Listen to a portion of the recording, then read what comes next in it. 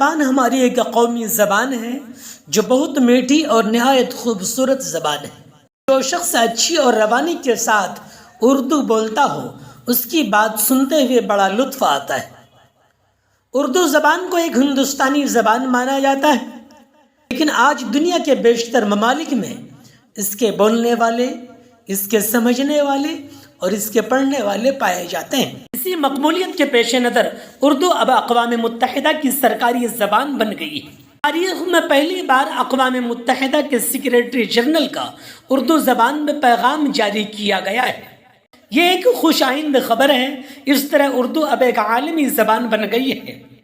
ایک رپورٹ کے مطابق اقوام متحدہ کی جانب سے 6 زبانوں انگریزی، عربی، چینی، فرانسیسی، روسی اور ہسپانوی ہی کو اقوام متحدہ میں سرکاری اور انٹرنیشنل زبان کا درجہ حاصل تھا۔ اقوام متحدہ میں انہی زبانوں میں مختلف کارروائیاں اور پیغامات جاری کیے جاتے رہے ہیں، لیکن اب تک کی تاریخ میں یہ پہلا واقعہ ہے کہ اقوام متحدہ کی جانب سے سیکریٹری جنرل انطونیو گتریس کا بیان اردو ترجمہ کے ساتھ بھی شائع کیا گیا ہے۔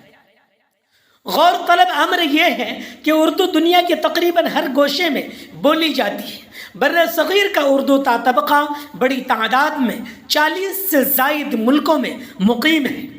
امریکہ، برطانیہ، فرانس، جرمنی کے کئی اہم شہروں سے لے کر عرب ممالک میں بھی اردو کی پڑھائی ہوتی ہے۔ Canada, new York, London, Germany سے باضابطہ اردو کی اخبارات اور میگزین بھی نکلتے ہیں۔ اقوام متحدہ کے ذریعہ اردو زبان کو سرکاری زبان کے طور پر استعمال کیے جانے کا فیصلہ اس زبان کی مقبولیت اور اہمیت کا نتیجہ ہے۔ بر صغیر بالخصوص ہند و پاک بنگلہ دیش کے کئی اہم لیڈروں نے اقوام متحدہ کے سیکریٹری جنرل انطونیو گتریس کا شکریہ ادا کیا ہے اور کہا ہے کہ اس عمل سے اردو زبان کے فروغ میں تیزی آئے گی اور اس کی مقبولیت میں مزید اضافہ ہوگا۔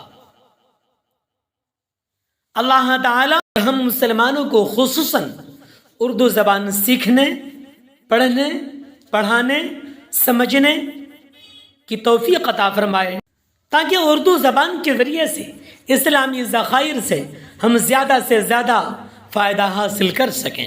فلاحی انسانیت یوٹیوب چینل کو لائک، سبسکرائب اور شیئر کر کے خیر کا ذریعہ بنیں۔